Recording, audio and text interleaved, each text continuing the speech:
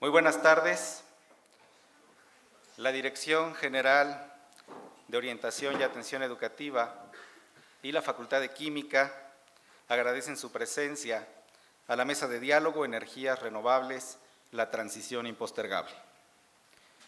A nombre del doctor Germán Álvarez Díaz de León, Director General de Orientación y Atención Educativa, del doctor Mauricio Reina Lara, Director de Becas y Enlace con la Comunidad, y el mío propio, les damos la más cordial bienvenida a este evento. Agradecemos también al doctor Jorge Vázquez, director de la Facultad de Química, su entusiasta colaboración y que nos abra las puertas de esta muy querida facultad, que hoy nos alberga. El doctor Mauricio Reina Lara, atendiendo a las demandas de la comunidad universitaria, en el sentido de traer temas de interés para la sociedad mexicana, temas trascendentes para el desarrollo de nuestro país, ha venido organizando, junto con todos los que tenemos el placer de colaborar con él, diversas mesas de diálogo en las cuales traemos a los mejores expertos que podemos al servicio de nuestra comunidad. El tema de hoy es de vital trascendencia para nuestro país. Sabemos que esta es una transición impostergable. Necesitamos mejorar la calidad de vida de todos nosotros y garantizar un mejor futuro para nuestra nación y para el mundo en general. Me permito presentar de manera muy breve, para no robarles el tiempo, a nuestros expertos que hoy nos honran con su presencia. El doctor Jorge Manuel Vázquez Ramos, director de la Facultad de Química de la UNAM.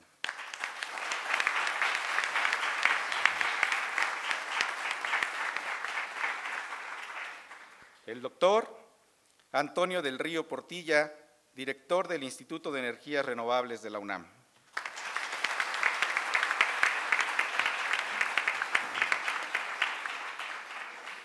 El licenciado Fernando Enrique Mayans Canaval, senador de la República y miembro de la Comisión de Energía del Senado.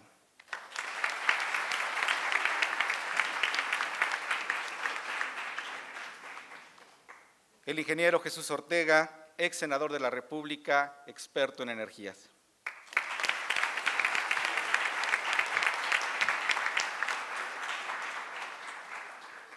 La profesora Montserrat Robalo Otero, académica de la Facultad de Derecho y especialista en Derecho Ambiental.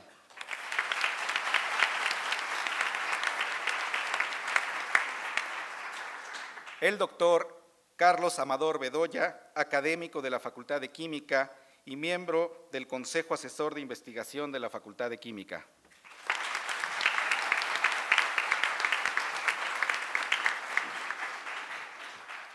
Para moderar la mesa, nos acompaña el doctor Eduardo Bárcena García, exdirector de la Facultad de Química y miembro de la Honorable Junta de Gobierno de la UNAM, a quien cedo la palabra.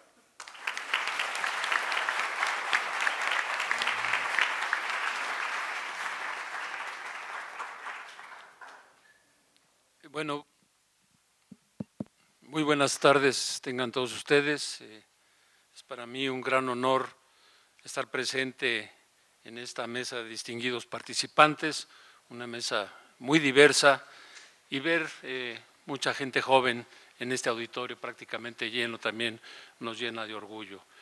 Yo reitero el agradecimiento a mi amigo, colega director, doctor Jorge Vázquez Ramos, por alojarnos en este lugar, y a la Dirección de Orientación y Atención Educativa por organizar estos eventos que sin duda son parte de la responsabilidad de esta universidad de tener debates y reflexiones alrededor de grandes problemas, y sin duda alguna el tema que hoy nos ocupa es de una enorme trascendencia. Su título creo que es muy llamativo y muy adecuado: la transición impostergable de las energías renovables.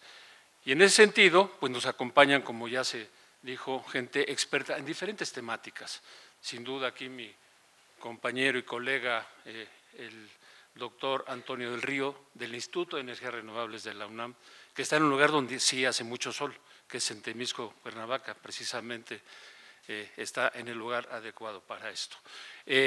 Él no es químico, es físico, pero bueno, también en las mejores familias ocurren esas cosas, pero tiene un hermano químico de esta facultad también muy querido y que trabaja en el Instituto de Química. Y sin duda la experiencia de los queridos senador, licenciado Fernando Mayans, que está en la Comisión de Energía de la Cámara de Senadores, y de también un personaje que tiene una gran trascendencia política en este país, como el ciudadano Jesús Ortega, que nos estamos enterando que también es colega químico del Instituto Politécnico Nacional, cosa que nos orgullece mucho que venga de nuestra institución hermana del Instituto Politécnico Nacional.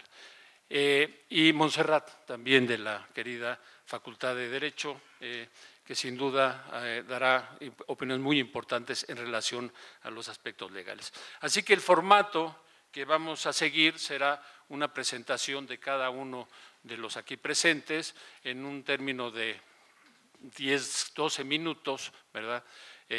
Para, terminando las rondas, entrar a una sesión de preguntas y respuestas. Les voy a pedir que sean bastante conscientes, ¿no?, del tiempo para poder concluir a tiempo.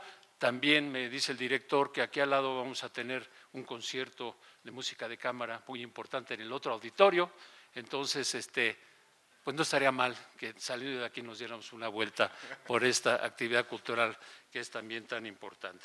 Así que sin más preámbulo, y de nuevo agradeciendo a la Dirección General de Orientación y Atención Educativa, damos inicio a esta sesión con la participación del doctor Jorge Vázquez Ramos con el tema Educación y Formación para la transición hacia energías renovables. Gracias, doctor Jorge Vázquez. Muy buenos días, buenas tardes ya, todas y todos.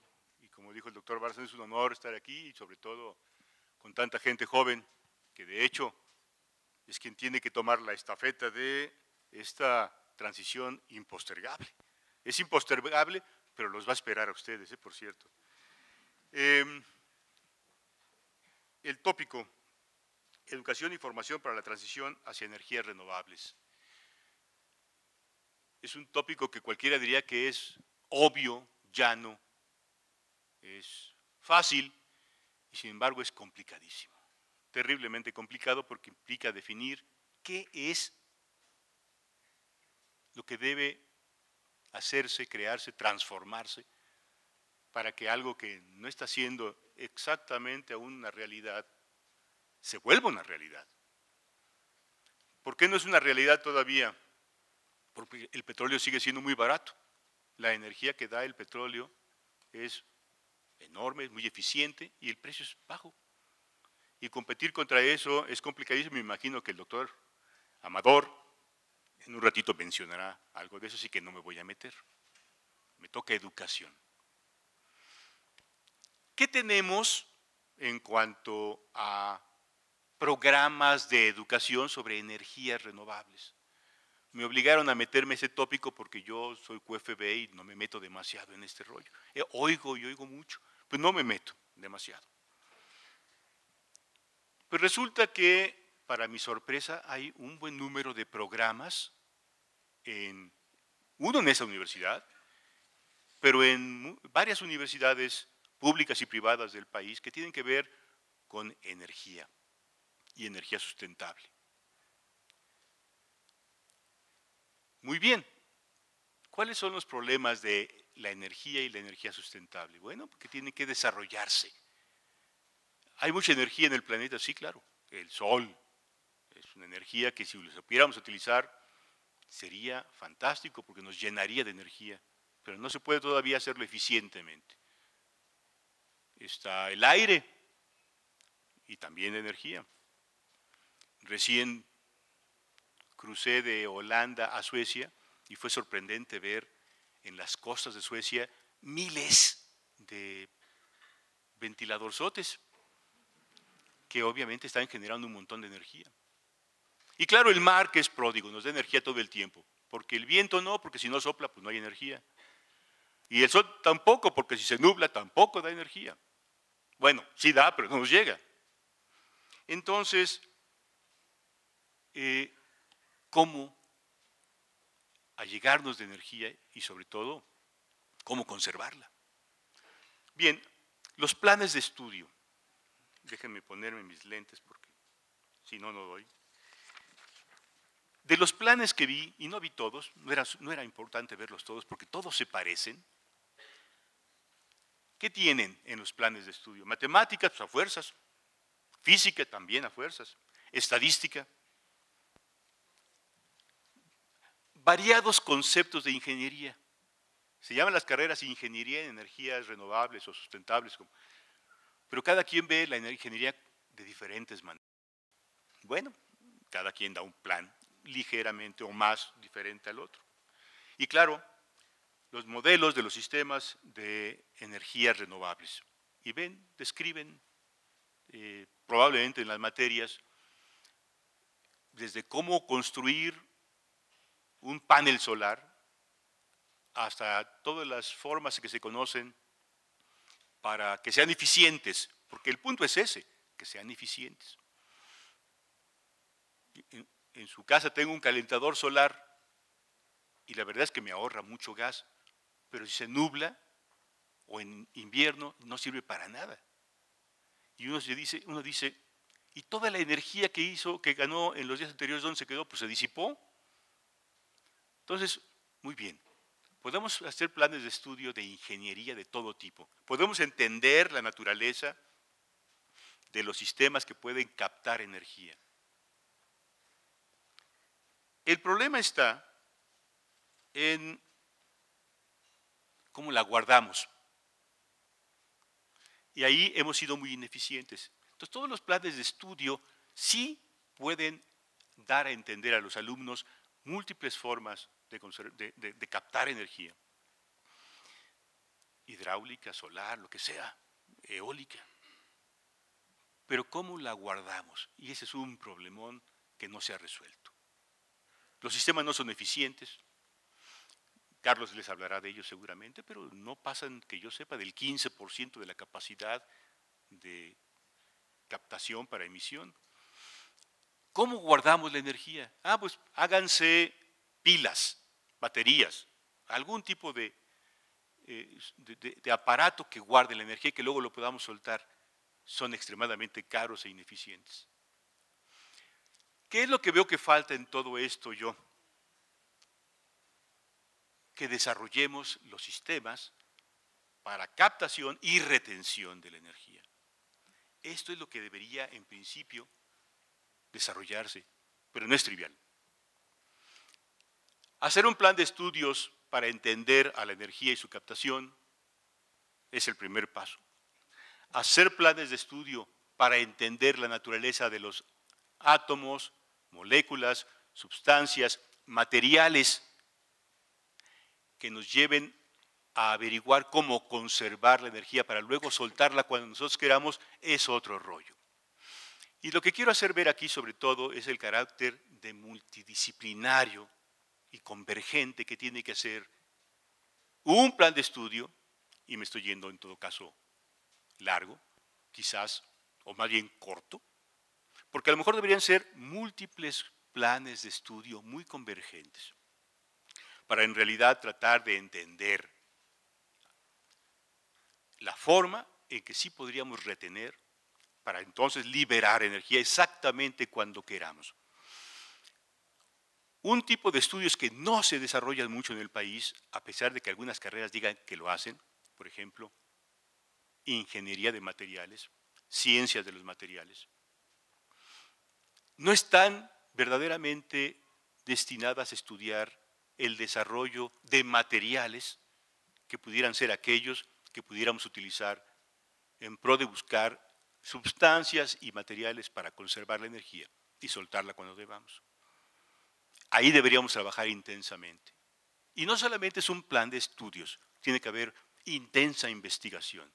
La investigación tiene forzosamente que apegarse, que ser parte fundamental del desarrollo de planes de estudio para entender la naturaleza de los materiales, particularmente hacia energía, y su eficiencia, su capacidad, su costo, que también tienen que verse. Si los costos son altísimos, seguiremos con el petróleo hasta que se acabe. Entonces, es importantísimo entender una parte sustancial del estudio de la energía renovable.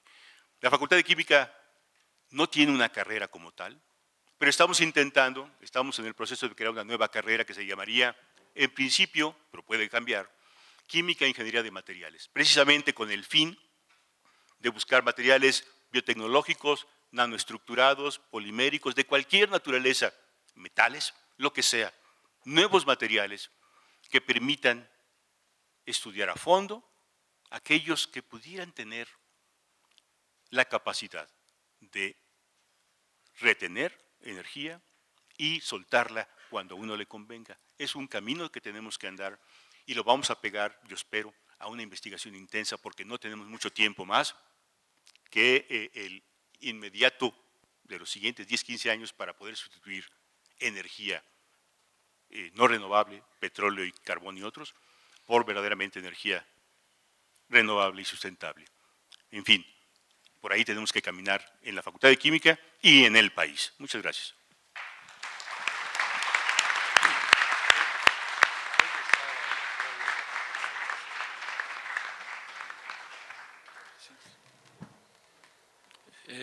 Muchas gracias, doctor Jorge Vázquez Ramos. Viene el turno del doctor Antonio del Río, quien nos hablará de la situación actual y potencial de las energías renovables en México. Nos va a dar una presentación.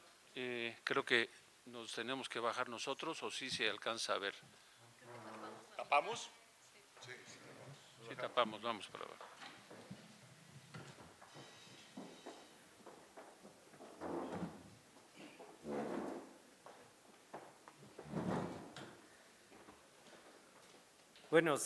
Buenas tardes. Perdón por meter el desorden, pero tengo que decir muchas cosas en muy poco tiempo y quería que ustedes las vieran, es más fácil que las vean. Primero quiero darles 4 noticias que desde mi punto de vista son muy importantes. Por ejemplo, el día 25 de marzo de este año la demanda de electricidad en Gran Bretaña fue menor en el día que en la noche y eso fue gracias a la energía solar fotovoltaica que se convierte en electricidad en la Gran Bretaña, caracterizado por sus nublados. El día 8 de mayo, Alemania se produjo más del 85% de la electricidad con energías renovables, fundamentalmente solar y eléctrica. Y ahora pasamos a México. En abril de este año se inauguró en Zacatecas la primer planta deshidratadora solar de Chile, con tecnología mexicana y con artefactos mexicanos. Y hoy el precio de la electricidad solar en México es más bajo que la electricidad generada con el ciclo combinado de gas natural. Esto es un hecho, no son cosas del pasado, esto es del futuro, perdón, son cosas que están pasando el día de hoy. La energía solar era cara hace 30 años, el día de hoy es más barata y vamos a verlo. Yo no voy a convencerlos del cambio climático, ahí hay gráficas, el informe del IPCC del 2014 es clarísimo. Ahí hay disminución de las capas de hielos, lo podemos leer, ustedes lo pueden leer fácilmente. Lo único que les digo, hay una correlación tremenda entre el mayor uso de hidrocarburos y la concentración de dióxido de carbono en la atmósfera. Sin embargo, la economía de todos los países, o más bien no sin embargo, gracias al uso del petróleo, la economía de todos los países ha crecido sostenidamente desde hace algunas decenas de años. Todos los países, ahí vemos la curva donde es el crecimiento de la economía mundial. El Producto Interno Bruto de Estados Unidos es altísimo, el de Alemania, el de México, el de Brasil oscilan, están por abajo, el de Perú. Cuando lo dividimos per cápita, claramente vemos que la productividad de los alemanes y los americanos es muy similar y la de México y Brasil no está muy bien, la de Perú baja. Pero ¿qué pasa cuando analizamos el bienestar de la población? La economía de nuestro país está creciendo, la economía de muchos países crece, sin embargo, en nuestro país tenemos más de 50% de la población arriba del nivel de pobreza. Es decir, somos un país totalmente inequitativos. Más del 50% de la población, estos son datos del INEGI, del Banco Mundial, no son mis datos, es lo que está pasando. La mayoría de la población mexicana vive pobreza. Sin embargo, tenemos petróleo. El uso de la energía, ¿cómo la usamos en México? La usamos menos de 10 veces por persona, menos energía que en Estados Unidos. Los alemanes usan más o menos la mitad por persona. ¿Dónde está eso que el doctor Vázquez decía? La eficiencia. La eficiencia en México, no podemos decir que seamos muy eficientes, pero usamos menos energía. Las emisiones de CO2 más o menos se han estabilizado en los últimos decenas de años aquí en nuestro país. Tenemos que bajar las emisiones. Estados Unidos la está bajando, Alemania la está bajando en emisiones per cápita. Tenemos el deterioro ambiental que es clarísimo para todos y desde la perspectiva de muchos, el petróleo ha causado una pésima distribución de la riqueza, al menos en nuestro país, y tenemos que combatirlo. Tenemos que construir un futuro sustentable. Y para eso, en el ámbito mundial hemos definido lo que son los objetivos del desarrollo sustentable. Son 17 objetivos, todos están entrelazados, no podemos decir que sea uno el más importante. Sin embargo, por deformación, pues vamos a decir que en este momento la energía es uno de los claves, aunque los 17 son los claves. Y lo que yo quiero decirles es que tenemos que apuntar en el camino de la sustentabilidad. Pero cuando hablamos de camino de la sustentabilidad, siempre el camino nos refiere a una brújula, algo que nos diga por dónde caminar. Sin embargo, la sustentabilidad no puede ser un camino, porque tiene que fijarse en 4 ámbitos. Se tiene que fijar en el ámbito de la naturaleza, en el ámbito de la economía, en el ámbito de la sociedad y la organización. En la mayoría de los países consideran solamente 3, la naturaleza, la economía y la sociedad. Sin embargo, en nuestro país tenemos que construir instituciones, tenemos que construir reglas. Por lo tanto, desde nuestro punto de vista y de algunos cuantos académicos, la parte organizacional es muy importante. El derecho al sol, Montserrat, yo creo que tenemos que pensarlo. ¿Cuál es ese derecho al sol? Es una parte organizacional que tenemos que construirla, tenemos que definir. Por lo tanto, el camino a la sustentabilidad no es una ruta, tenemos que pensar en estos 4 ámbitos y de ahí la complejidad. Entonces, si queremos tener una energía limpia y accesible al mundo, tenemos que fijarnos en el objetivo 7 del desarrollo sustentable. Quiero definir muy claramente que no estoy hablando de energía limpia, estoy hablando de energía renovable. La energía limpia es la renovable más la energía nuclear y por definición en nuestra ley es la cogeneración eficiente, generalmente de gas natural. Y hasta donde yo sé, cuando usamos el gas natural emitimos gases de efecto invernadero. Por lo tanto, eso de limpio no me gusta mucho y se los digo claramente. Yo prefiero quedarme con fuentes renovables de energía y eso me gustaría seguir trabajando en ese sentido. Fuentes renovables de energía y no energía limpia, que es un concepto pues más acomodaticio, déjenme decirlos así. ¿Cuáles son las fuentes renovables de energía? La energía solar, fotovoltaica, fototérmica, la energía eólica, la geotermia. Creo que aquí no tengo que explicar mucho, estamos en un lugar donde conocemos estos biocombustibles y geotérmica con una adecuada explotación. No puede ser en general los biocombustibles. Desde nuestro punto de vista, no puede ser sembrar para obtener biocombustibles en lugar de sembrar para tener alimentos cuando hay una población que no come. Eso no es sustentable y no es adecuado. Y la energía oceánica, que realmente requiere mucho mayor desarrollo. ¿Cuál es la distribución energética en el mundo? En el mundo solamente un 21% se está usando de energías renovables. La mayor parte de la energía en el mundo es con combustibles fósiles. Ya hablando de electricidad, estamos generando de un 23% en el mundo. Esto es lo que está pasando últimamente en el mundo. Se están instalando más plantas renovables. Desde el año 2012 ya se instalan a nivel mundial mucho más plantas en energías renovables. Estos se están instalando, quiere decir que cuestan menos. Eso de que la energía renovable costaba mucho es algo del pasado.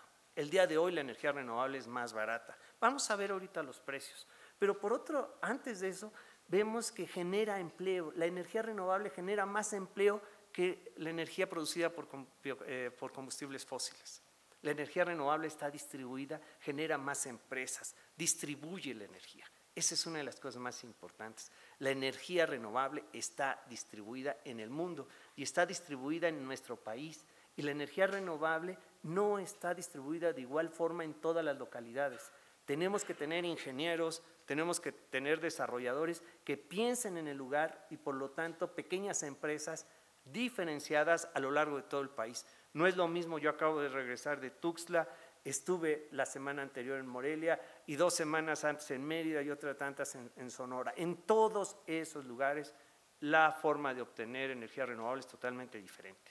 Y el problema que tocó Jorge del almacenamiento de energía es un problema. Sin embargo, nada más quiero ponerle la gráfica. En el año 2010 el precio del kilowatt hora almacenado era del orden de $1,000. El día de hoy, bueno, no de hoy porque no tengo los datos de 17, pero el 2016 el precio anda del orden de los $300. Es decir, lo que antes, es de 7 años, tenía un precio de 1,000, hoy tiene un precio de 300. La forma de almacenar energía es una realidad y nosotros los académicos no lo sabemos.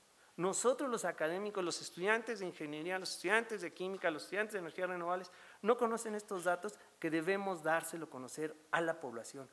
No las personas encargadas de esta legislación tienen que conocer estos datos. Es muy importante que sepan que las energías renovables y el almacenamiento de energías renovables ha bajado en precios sustancialmente. En nuestro país, pues da tristeza, porque sí, generamos del orden del 14% con energías renovables. Ahí está dato, no subimos mucho en renovables hasta el año 2015. Sin embargo, en el año 2016, el precio de la energía solar fotovoltaica en México tuvo un récord.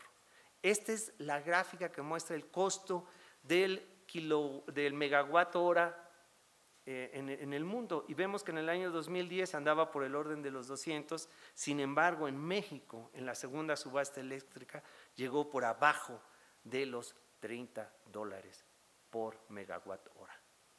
Ha bajado en una forma muy dramática. Hoy ya es más costeable instalar paneles fotovoltaicos. Esta gráfica es clarísima.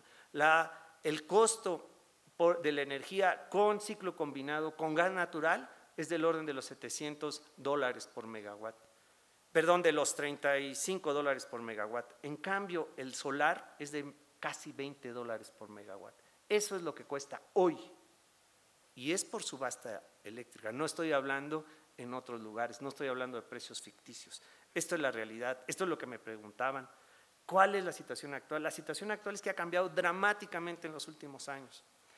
También, por otro lado, el sistema eléctrico está concebido bajo un modelo de grandes centrales.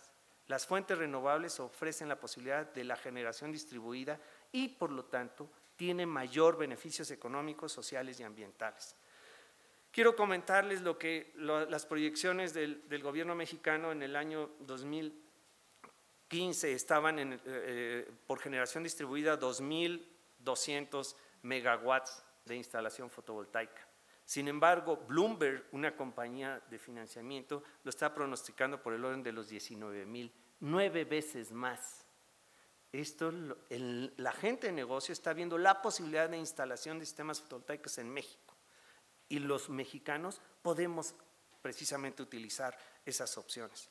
También tenemos que cambiar de paradigma. El día de hoy, todas las centrales de combustibles fósiles trabajan a máxima potencia, en lugar de buscar la eficiencia. Eso que se le reclama a las energías renovables de que sean eficientes, no se les pide a los hidrocarburos.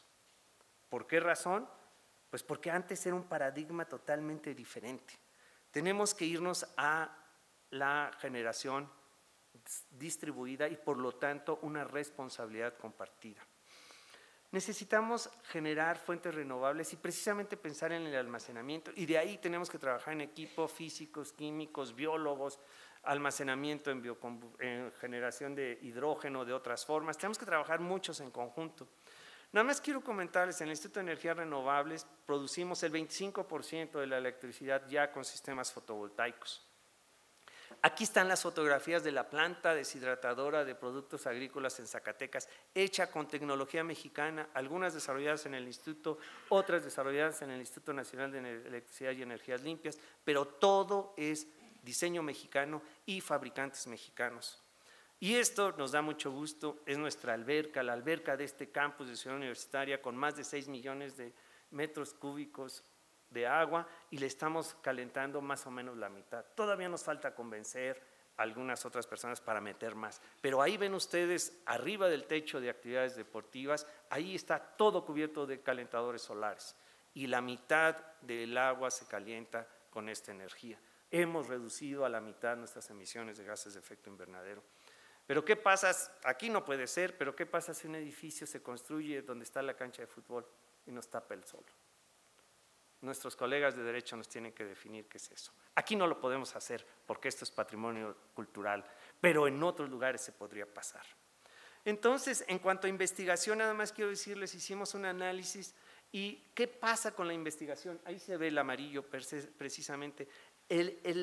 Los puntos amarillos son el número de artículos científicos producidos en el ámbito de la energía solar y la negra es la del petróleo, de combustibles fósiles. Vemos que en el año 2010 ya hay un cruce y ya se produce más investigación en energía solar que en combustibles fósiles.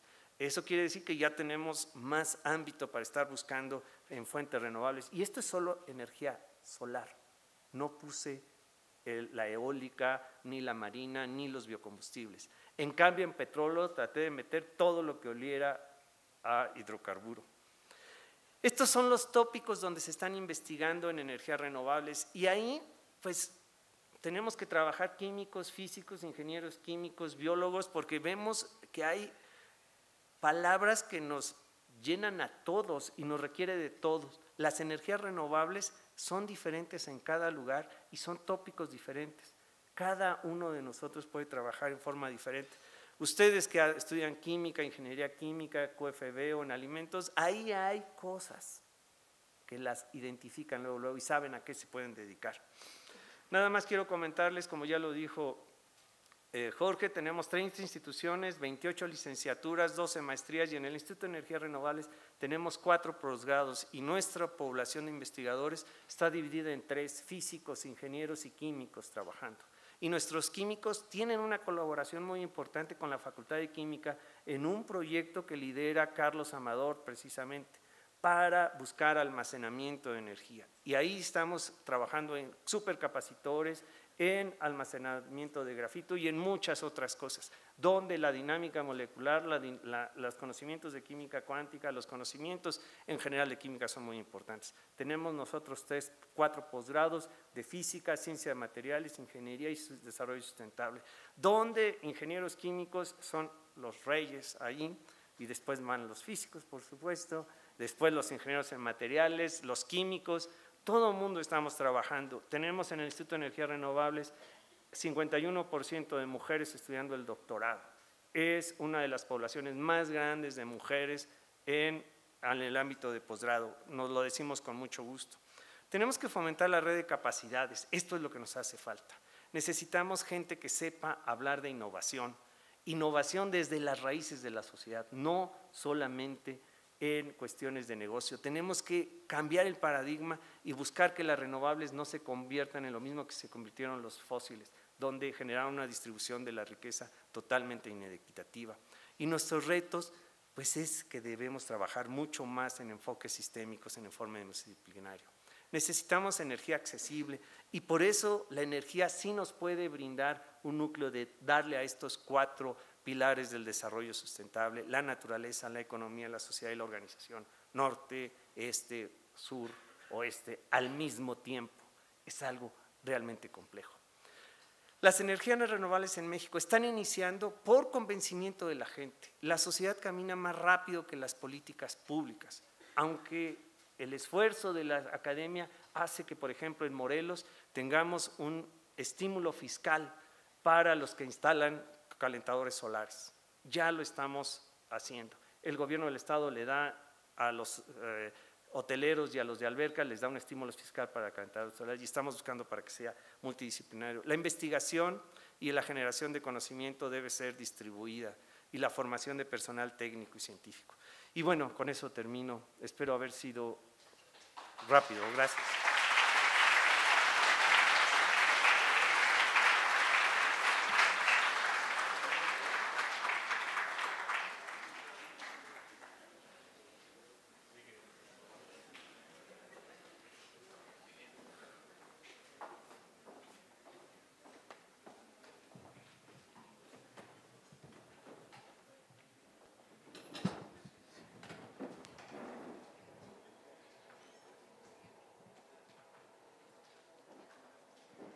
Bueno, muchas gracias, doctor Antonio del Río, por tan interesante y compacta y puntual panorama de la energía solar particularmente y los ejemplos que ha puesto.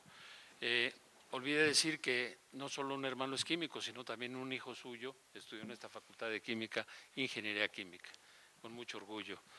El siguiente tema le corresponde al licenciado Fernando Enrique Mayans Canaval, quien es senador de la República y cuyo título es Marco Regulatorio para el aprovechamiento de las energías renovables. Pues muchísimas gracias a la Universidad Nacional Autónoma de México, orgullo de nuestra patria, por la invitación, y al doctor Jorge Vázquez Ramos, director de la Facultad de Química.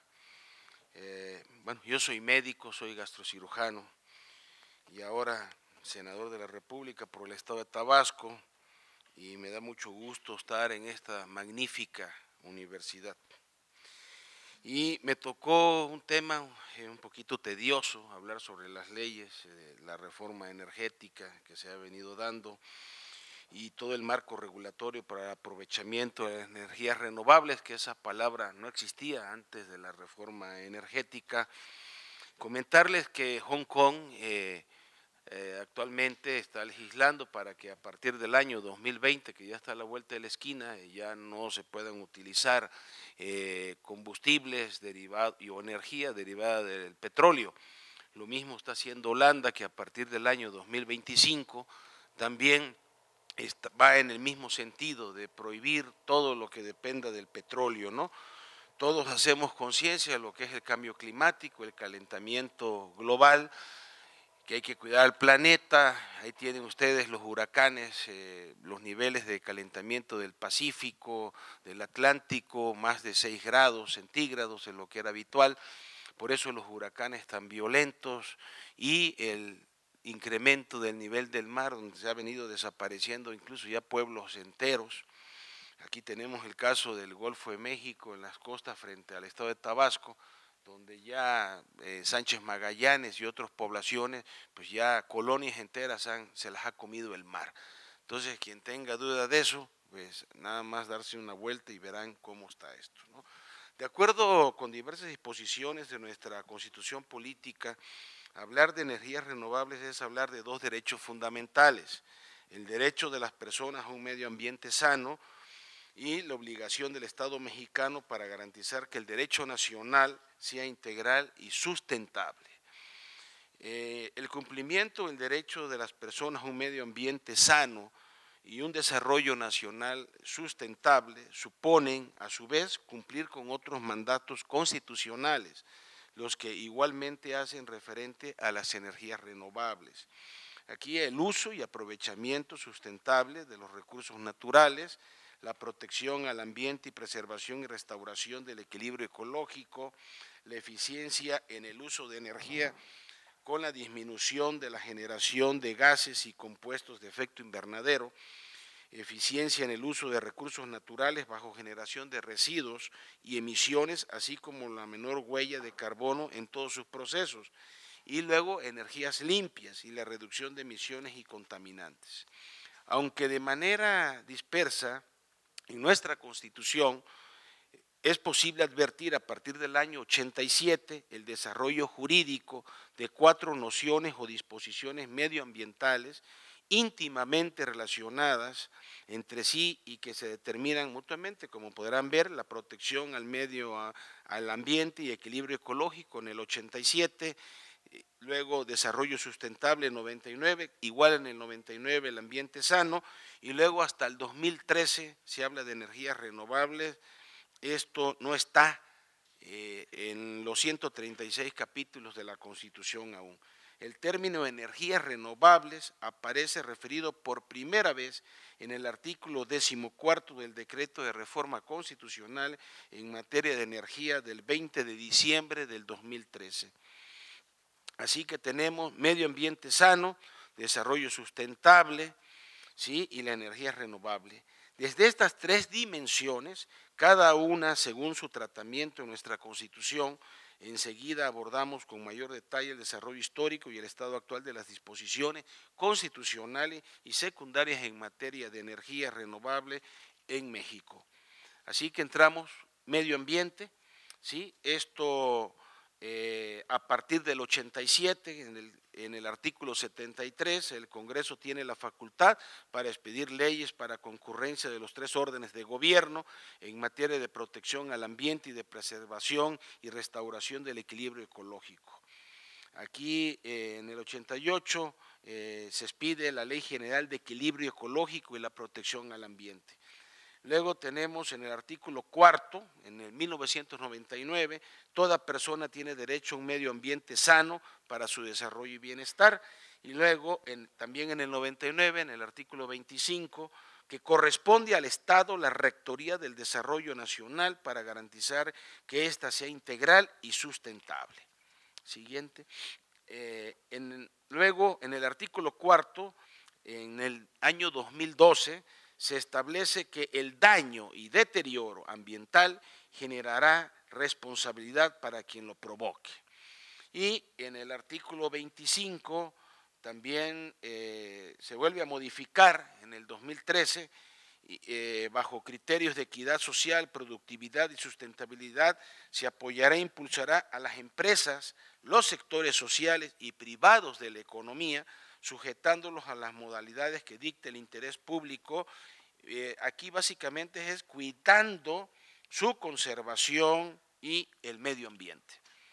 Y ahí, hablando de medio ambiente, en la reforma energética 2013, se establece en el décimo transitorio, en el 7º transitorio, que el Congreso de la Unión realizará las adecuaciones al marco jurídico para establecer las bases en las que el Estado procurará la protección y cuidado del medio ambiente. Siguiente. En el 19º transitorio también entra un decreto por el que se reforma y adiciona diversas disposiciones en la Constitución en materia de energía.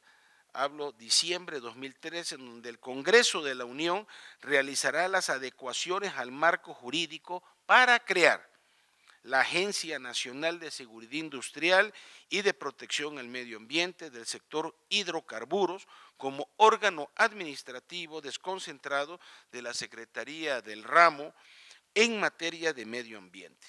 La agencia tendrá dentro de sus atribuciones regular y supervisar en materia de seguridad industrial, operativa y protección al medio ambiente las instalaciones, actividades del sector hidrocarburo. Luego, en medio ambiente sano, dentro del marco jurídico de las energías renovables, el Centro Mexicano de Derecho Ambiental AC, México, considera además los artículos 26, 28, 115 y 124, así como artículo 1 constitucional relativo a los derechos humanos, completando de esta manera el cuadro anterior. Aquí fundamenta en su muy completo trabajo en el marco jurídico de las energías renovables en México que dentro de los derechos humanos se encuentra reconocido el derecho al medio ambiente sano, mismo que puede ser promovido y respetado a través de la implementación de proyectos de energías renovables, en tanto estas ayudan a disminuir la emisión de gases de efecto invernadero. Siguiente. Pasemos a desarrollo sustentable. Aquí, en estas disposiciones constitucionales, se establece en el artículo 25 en el año de 1999 y que el Estado garantizará que el desarrollo nacional sea integral y sustentable. Siguiente. En el artículo 2 del 2001 establece que es obligación de la Federación, entidades federativas y municipios apoyar el desarrollo sustentable de las comunidades indígenas. Siguiente. Se establece también en el artículo 73 la concurrencia de la Federación, entidades federativas y municipios en materia de fomento, desarrollo sustentable de la actividad cooperativa. Siguiente. También en el desarrollo sustentable, en el artículo 27, se establece que el desarrollo rural será integral y sustentable. Y en el artículo 4, que la ley definirá las bases, apoyos y modalidades para el uso sustentable de los recursos hídricos. Se modifica el artículo 25 como parte del decreto por el que se reforma y adicione diversas disposiciones de la Constitución en materia de energía ya en el año 13, bajo criterios de sustentabilidad. Se apoya a las empresas de los sectores social y privado, a la economía. Y igualmente en el proceso del artículo 25 se establece que la actividad económica de particulares, la ley implementará una política nacional para el desarrollo industrial sustentable. Hablando de energías renovables, ¿sí?, en artículos transitorios del decreto que hemos hablado en materia de reforma energética 2013, en artículos transitorios, aquí hay que puntualizar, por primera vez se hace una referencia explícita de energías renovables. En el 14º transitorio se establece en el 2013 que el Comité Técnico del Fondo Mexicano del Petróleo para la Estabilización y Desarrollo podrá destinar recursos para financiar proyectos de energías renovables. Aquí está el concepto, por primera vez se limita al financiamiento. Luego, siguiente, en el 17º transitorio, las adecuaciones al marco jurídico incorporarán criterios en materia de disminución en la generación de gases y compuestos de efecto invernadero, eficiencia en el uso de recursos naturales, baja generación de residuos y emisiones. También establece que en materia de electricidad, la ley establecerá obligaciones de energías limpias, reducciones de emisiones contaminantes. Siguiente. En el mismo decreto, pero en el artículo 18º transitorio, la Secretaría de Energía deberá incluir en el Programa Nacional para el Aprovechamiento Sustentable de la Energía una estrategia de transición para proveer el uso de tecnologías y combustibles más limpios. El Congreso de la Unión emitirá una ley que tenga por objeto regular el reconocimiento, la exploración y la explotación de recursos geotérmicos para el aprovechamiento de la energía del subsuelo dentro de los límites del territorio nacional con el fin de generar energías eléctrica o destinarla a usos diversos. De la reforma constitucional en materia de energía publicada el 20 de diciembre del 2013, se derivaron varias leyes secundarias vinculadas con la promoción y el impulso de energías renovables. Estas leyes son la ley de transición energética, la ley de la industria eléctrica y la ley de energía geotérmica. Aquí empieza a aparecer en nuestras leyes esta palabra, ¿no?, que es básica. Siguiente. Brevemente, la ley de transición energética. Esta ley tiene por objeto regular el aprovechamiento sustentable de las energías, así como la obligación en materia de energías limpias y de reducción de emisiones contaminantes de la industria eléctrica, manteniendo la competitividad de los sectores productivos. Para ello se prevé, entre otras cosas, el incremento gradual de la participación de las energías limpias. Segundo, la incorporación de las externalidades en la evaluación de los costos. 3, mecanismos de promoción de energías limpias y reducción de emisiones contaminantes. 4, aprovechamiento sustentable de la energía. 5, aprovechamiento energético de recursos renovables. Y sexto, reducción de emisiones de gases de efecto invernadero y de generación de electricidad provenientes de fuentes de energías limpias. Establece una definición también de energías renovables. Son aquellas cuyas fuentes residen en fenómenos de la naturaleza procesos o materiales susceptibles de ser transformados en energías aprovechables por el ser humano, que se regenerarán naturalmente, por lo que se encuentran disponibles de forma continua o periódica y que al ser generadas no liberan emisiones contaminantes, y define como fuentes de estas energías renovables el viento, el movimiento del agua en cauces naturales o en aquellos artificiales, la energía oceánica, el calor de los yacimientos geotérmicos y los bioenergéticos. Siguiente. También la ley de transición energética prevé mecanismos que ayudan a la transición energética. Aquí tenemos las entidades federativas pueden implementar proyectos de aprovechamiento de energías limpias, renovables, mediante convenios y acuerdos de coordinación con CENER para obtener permisos y licencias. La CENER puede brindarles asesoría para el diseño e implementación de proyectos, programas, reglamentaciones técnicas para energías limpias y para realizar diagnósticos e identificar recursos potenciales y financieros para generación de energías eléctricas. También establece instrumentos en materia de energías limpias y eficiencia energética, como la estrategia de transición para promover el uso de tecnologías y combustibles más limpios, el programa especial de la transición energética, el programa nacional para el aprovechamiento sustentable de la energía y el programa de redes eléctricas inteligentes. Como ven, también establece fondos destinados en la transición energética y el aprovechamiento sustentable en energía y el financiamiento para el aprovechamiento sustentable de la misma.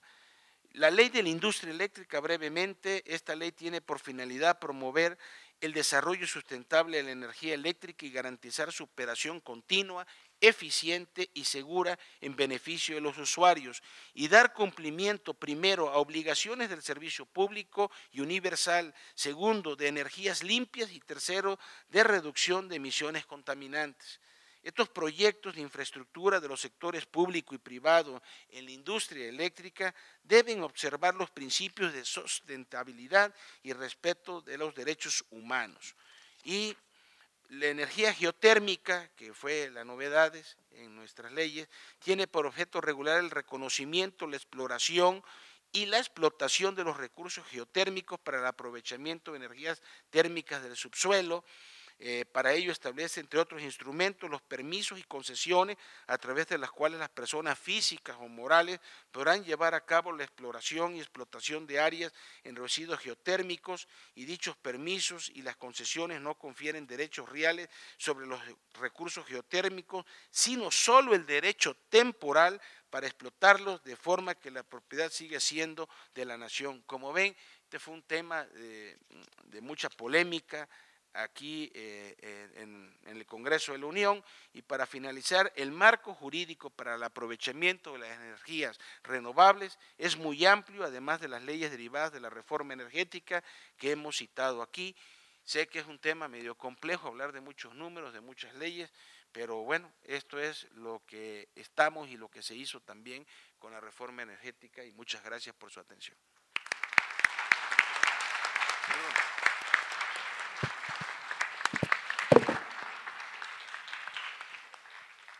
Muchas gracias, doctor Fernando Mayans Canaval. Toca el turno ahora al QVP, Jesús Ortega Martínez, el que nos dé su presentación. El tema es Agenda Política en Energías Renovables en México. Por favor.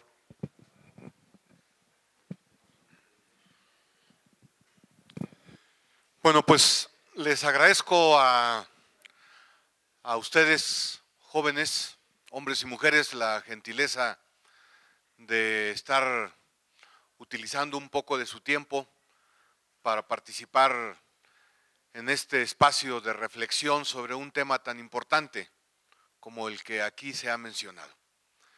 Y también aprecio mucho la invitación de las autoridades de la UNAM, de las autoridades académicas de la Facultad de Química y también de la Facultad de Derecho. Se han expuesto por los ponentes anteriores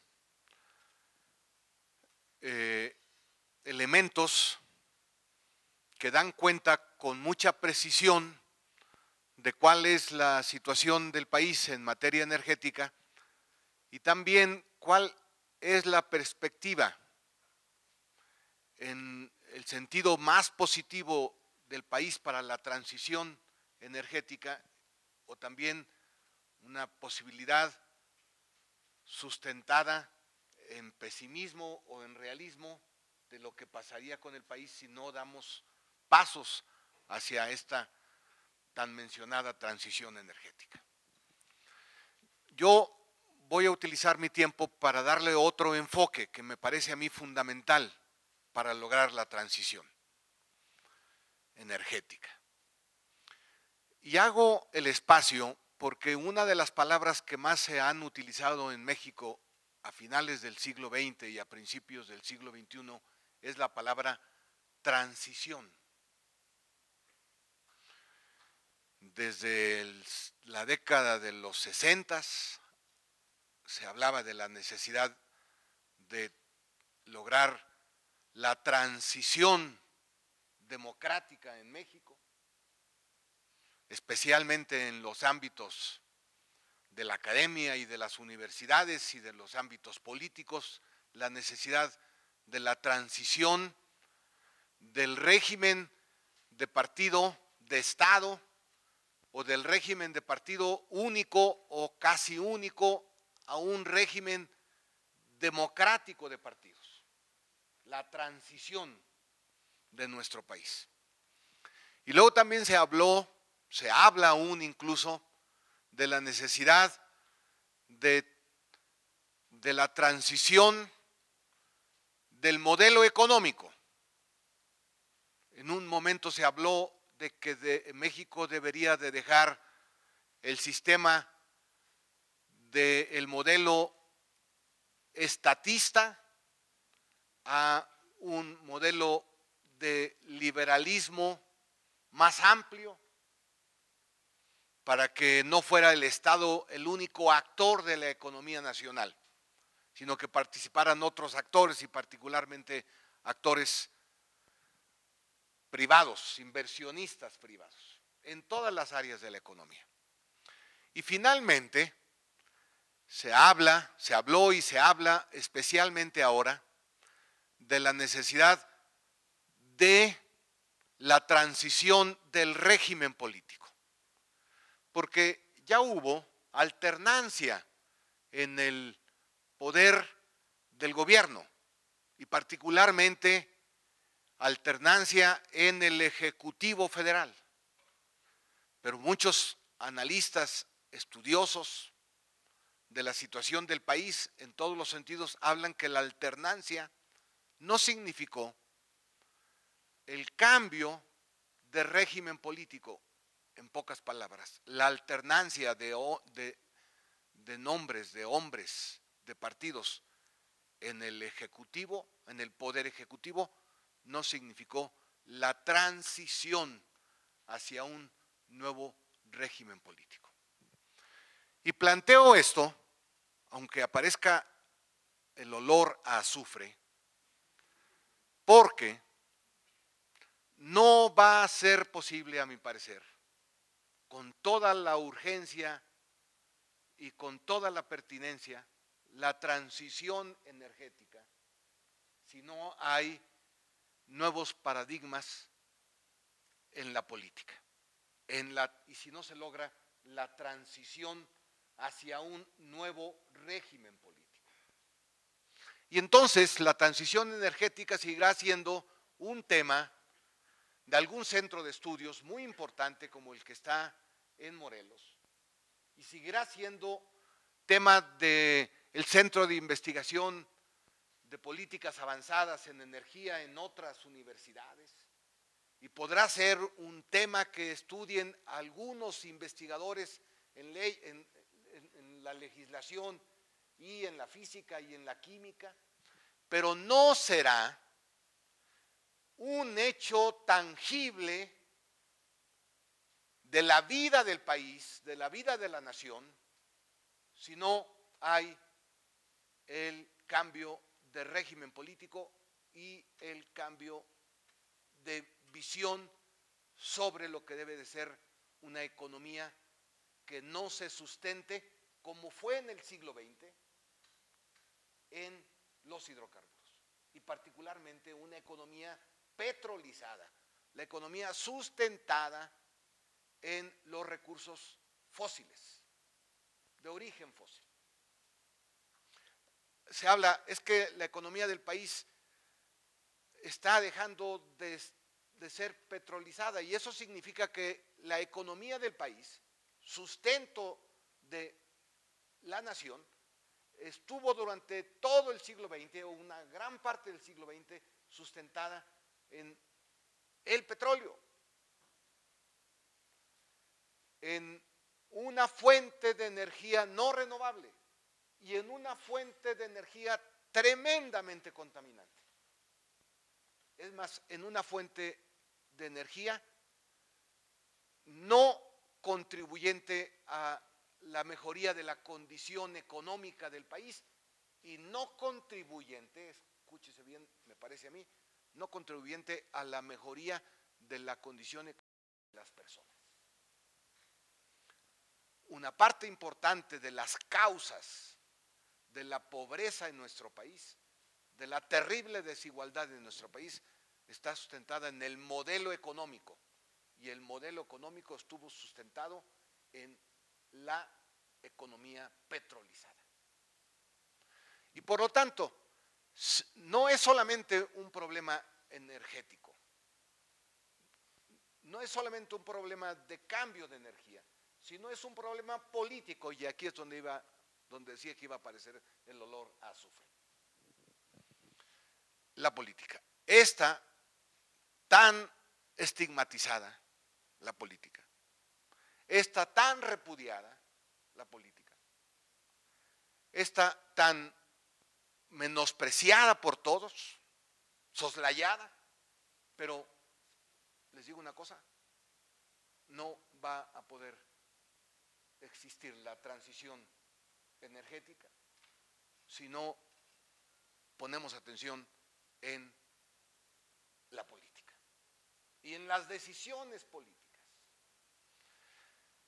Ha habido en el Congreso de la Unión, y ya lo decía el senador Mayans y otros, pero lo va a ampliar, estoy completamente seguro, la maestra Montserrat, un proceso legislativo serio, profundo. Además, México, en nuestras leyes, pero además México ha firmado convenios internacionales, acuerdos que nos obligan y que tienen que ver con la transición energética, para utilizar en lugar de los hidrocarburos, utilizar en lugar del petróleo y de otros productos fósiles, utilizar energías renovables. Nos obligan los convenios internacionales, nos obliga París, por ejemplo, nos obliga Kioto, nos obligan otros convenios de las Naciones Unidas, pero mientras no se dé la transición del régimen económico, del sistema económico, y mientras no avancemos hacia la transición del régimen político, tendremos muchas dificultades para lograr la transición energética. Y aquí se ponía un ejemplo que quiero resaltar. Lo común, ¿cuál es? ¿Qué es lo común cuando hablamos de esto? Es que no podemos avanzar hacia la utilización de energías renovables porque son muy caras las energías renovables. Eso dicen en el gobierno y eso dicen los inversionistas privados. Y no es verdad. Lo eran, pero ahora han sufrido un cambio las inversiones y la producción de las energías renovables. Ahora, o están al mismo nivel, o como aquí se ha mencionado, están siendo más baratas la producción de energía renovable que la sustentada en los residuos fósiles y en los hidrocarburos. Bueno, termino diciéndoles lo siguiente.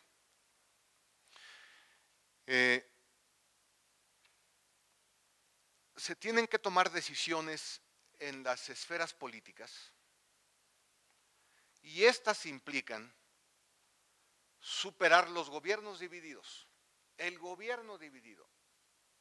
Hemos tenido un proceso de cambio en el régimen político, pero no se ha consolidado un nuevo régimen.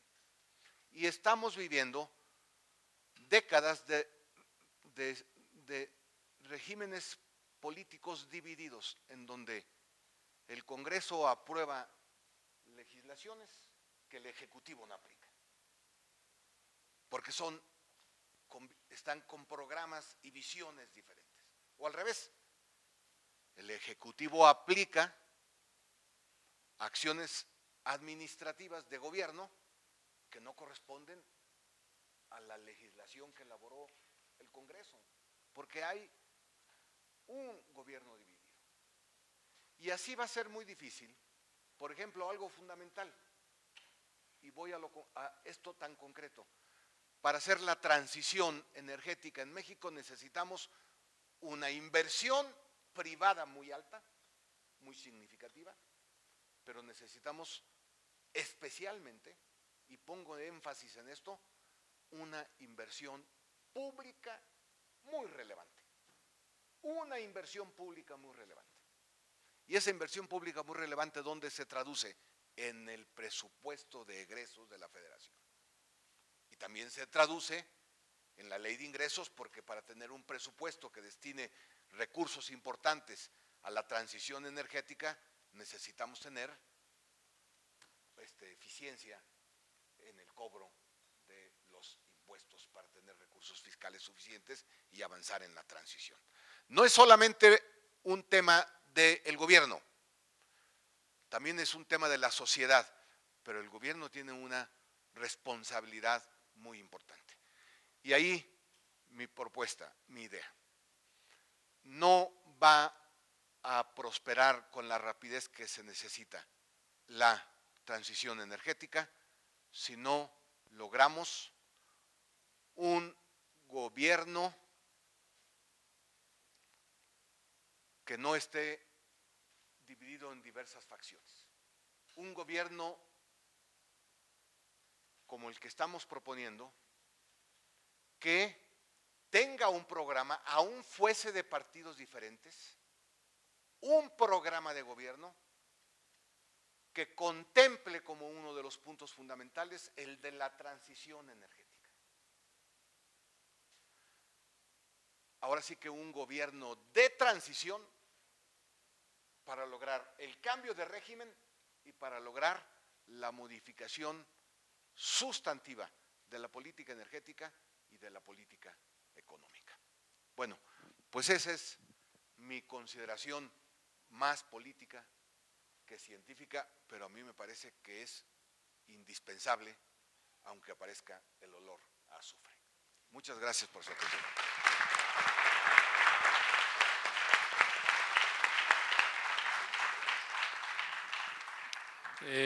Muchas gracias, Jesús Ortega, por su siempre interesante enfoque, un poco alejado de nuestra disciplina, pero que enriquece mucho este debate.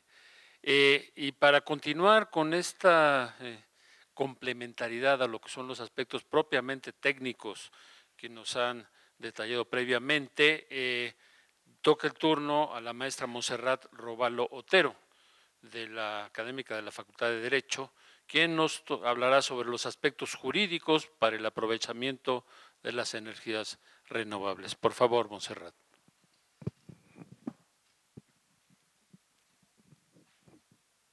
Buenas tardes a todos y a todas. Comienzo agradeciendo al doctor Jorge Vázquez, director de esta facultad, por la invitación. Es un honor para mí estar aquí. Agradezco también al doctor Bejar y al doctor Reina por la invitación. Primera cuestión, desde una perspectiva jurídica, ¿la transición hacia energías renovables es una transición impostergable? Y yo creo que sí. ¿Por qué?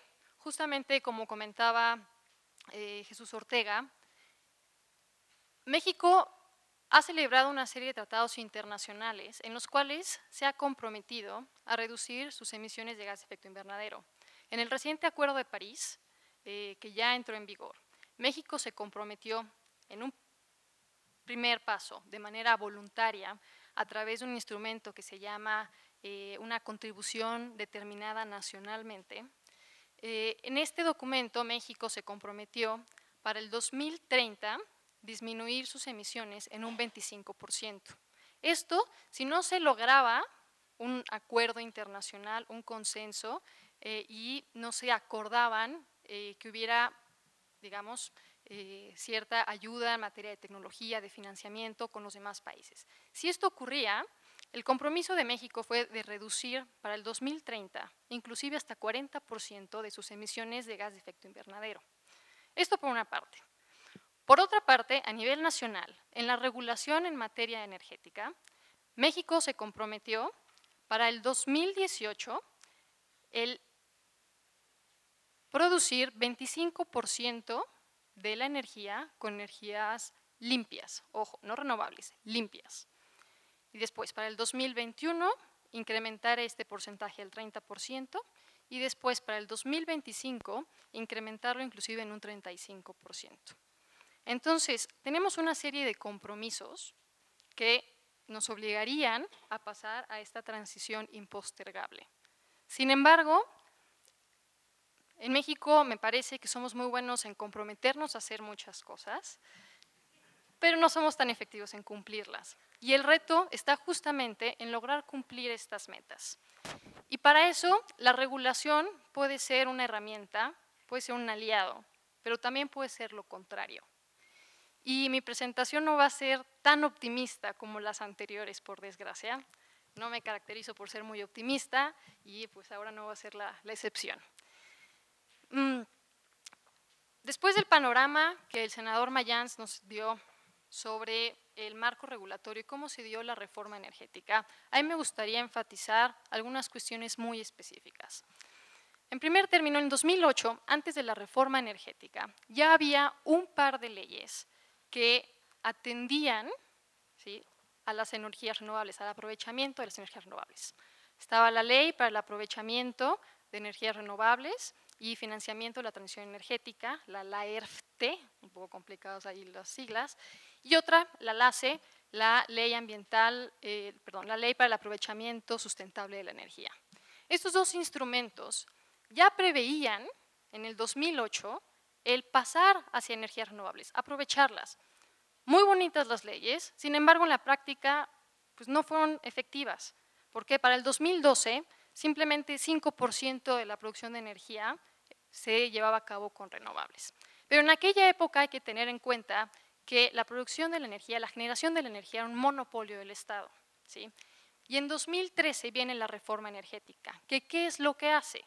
Abre el espectro y abre la posibilidad a que privados puedan generar energía eléctrica, ¿sí?, sea a través de renovables, sea a través de energías limpias o sea a través de otras.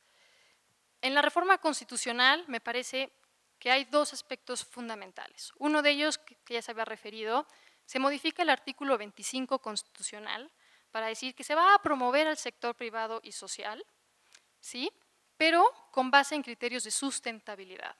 ¿Y esto qué implica? Que no solamente el desarrollo económico se va a enfocar en el crecimiento económico, sino también tienen que enfocarse en la protección ambiental, por una parte, y en la protección social, esto es, en la garantía de los derechos humanos. La reforma energética no está en un vacío. La reforma energética, la reforma a la Constitución, no simplemente implica unas cuantas disposiciones aisladas que no tienen nada que ver con las demás, ¿sí? Hay una cuestión de garantía de derechos humanos que es fundamental y de garantía del derecho al medio ambiente sano, y esto me referiré más adelante en algunas cuestiones específicas.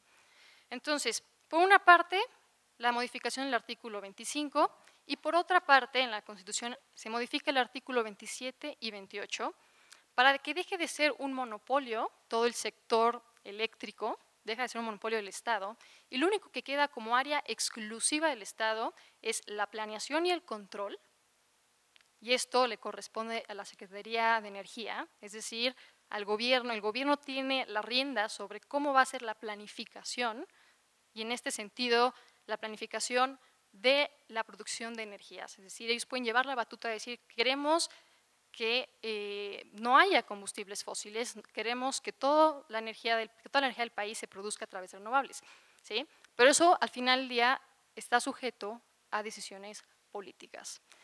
Eso por una parte. Y la otra es que queda también en exclusividad del Estado la transmisión y la distribución. Entonces, esto implica que para la generación hay un gran potencial para el sector privado.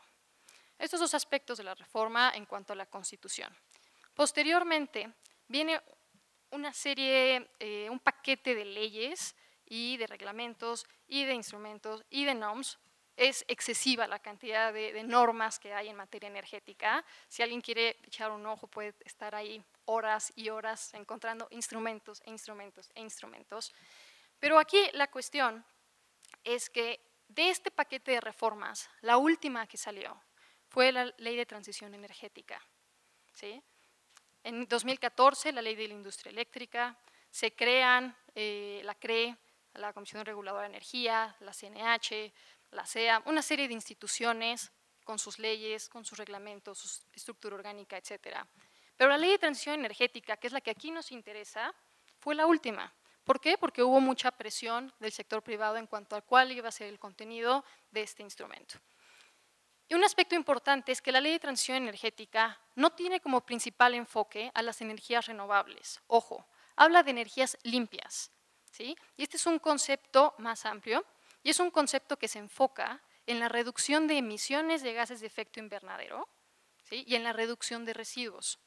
Eso es lo que implica que una energía sea limpia conforme a la regulación. Quizás técnicamente no tiene nada que ver. En ocasiones las leyes pues se equivocan un poco porque, no que se equivoquen, simplemente que entre la cuestión técnica y científica a veces no logra permear o reflejarse en los instrumentos jurídicos. Entonces, desde una perspectiva jurídica, en la Ley de Transición Energética, energías limpias se enfoca en la reducción de emisiones. Y sí, evidentemente incorpora las renovables, pero no es la médula de este instrumento, y eso es importante considerarlo. ¿Sí? Entonces, esto en cuanto a la Ley de Transición Energética. Pero no todo es malo, tampoco quiero ser demasiado pesimista. Hay algunas cuestiones relevantes en esta ley, en este instrumento. Destaco los fondos para el aprovechamiento sustentable de la energía, del cual pueden obtenerse recursos. Y destaco también el mercado de certificados de energía limpia. No sé si han escuchado de esto, es un mercado que se está generando. ¿Para qué? Para que las personas, las empresas o inclusive en el sector académico que estén produciendo, generando energía eléctrica a través de energías renovables, pueden obtener un certificado y ese certificado lo puedan vender en un mercado. ¿A quiénes? A los grandes consumidores de energía que consumen energía fósil. ¿Y cómo le hacemos para que funcione este mercado? Bueno, obligando a estos grandes consumidores a que adquieran los certificados de energía limpia. Entonces, para el 2018, de acuerdo a la regulación, una serie de grandes usuarios tienen que adquirir 5% de sus emisiones, o sea, tienen que garantizar que 5% de su consumo de energía venga de energías limpias. Entonces, de esta manera, pues hay ahí un incentivo para las energías limpias en la regulación. Termino nada más resaltando 3 puntos importantes que son quizás barreras u obstáculos desde la perspectiva jurídica para el desarrollo de las energías renovables. Por una parte, los proyectos deben llevar a cabo una evaluación de impacto social. Este es un instrumento que había querido incluirse en la regulación desde hace tiempo y es ahora hasta la reforma energética que se incorpora. ¿Qué implica una evaluación de impacto social?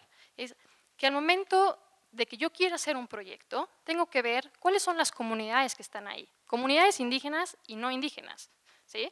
Y ver cuáles son las características de esas personas y cómo mi proyecto puede impactarlos.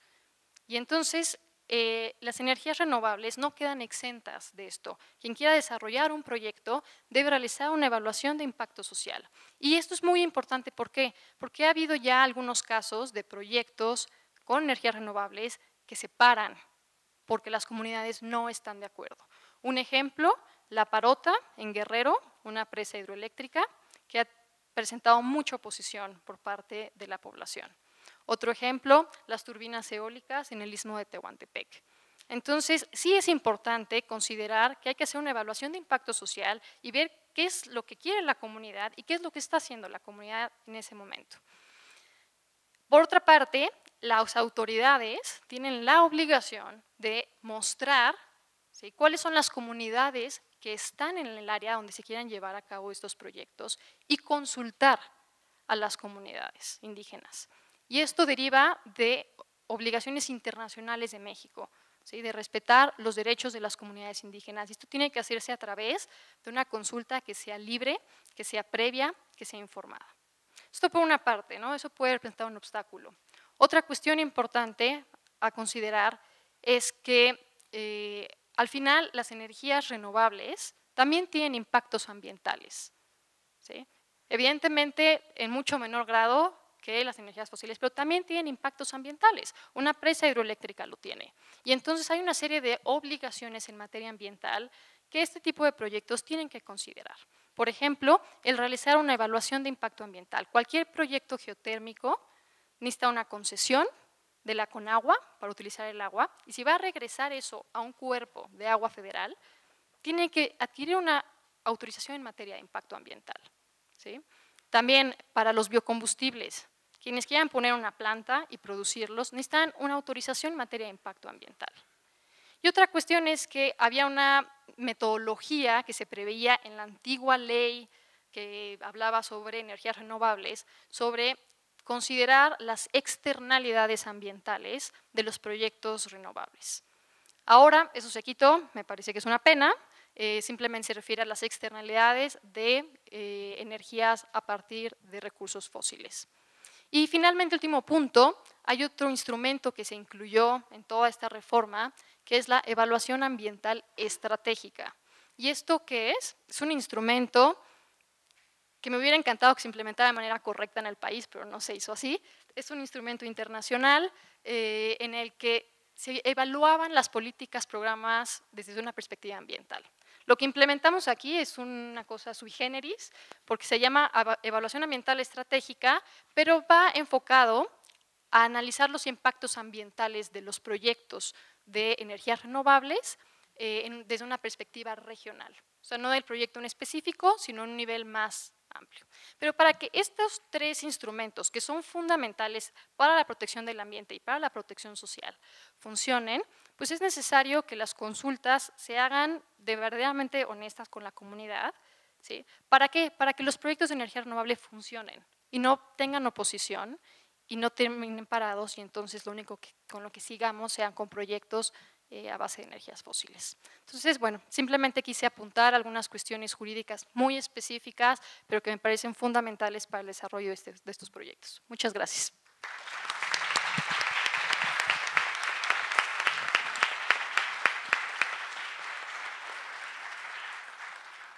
Muchas gracias, maestra Montserrat Robalo, por su muy interesante presentación. Otra perspectiva, el entorno social tan crítico. Creo que los ejemplos que se han mencionado en esa reunión, pero en muchos otros foros, es eso, ¿no? La falta de atención del sector social, que luego hace fracasar y poner en riesgo grandes inversiones. Por ahí es donde se debe de empezar.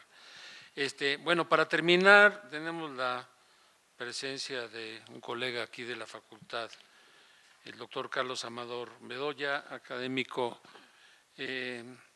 quien es, como dijo el doctor Del Río, responsable de un proyecto pues, internacional que deriva del Acuerdo de París, del COP15. Es un proyecto muy interesante que va en curso, ¿verdad? Y que participan pues, muchas instituciones de este país y del mundo, como seguramente nos explicará, y cuyo título es Prospectiva de las energías renovables, el futuro inmediato. Carlos, por favor. Muchas gracias, doctor Bárcena, muchas gracias a la Dirección General de Orientación y Atención Educativa por haber hecho esta mesa redonda, esta reunión. Soy su último obstáculo antes de que se vayan a ir a oír la música que les dijeron. Les tengo que comentar al respecto, lo mencioné porque les tengo que comentar al respecto, que ahí está tocando mi hermano. Qué casualidad, o sea, de veras, eso es así como increíble.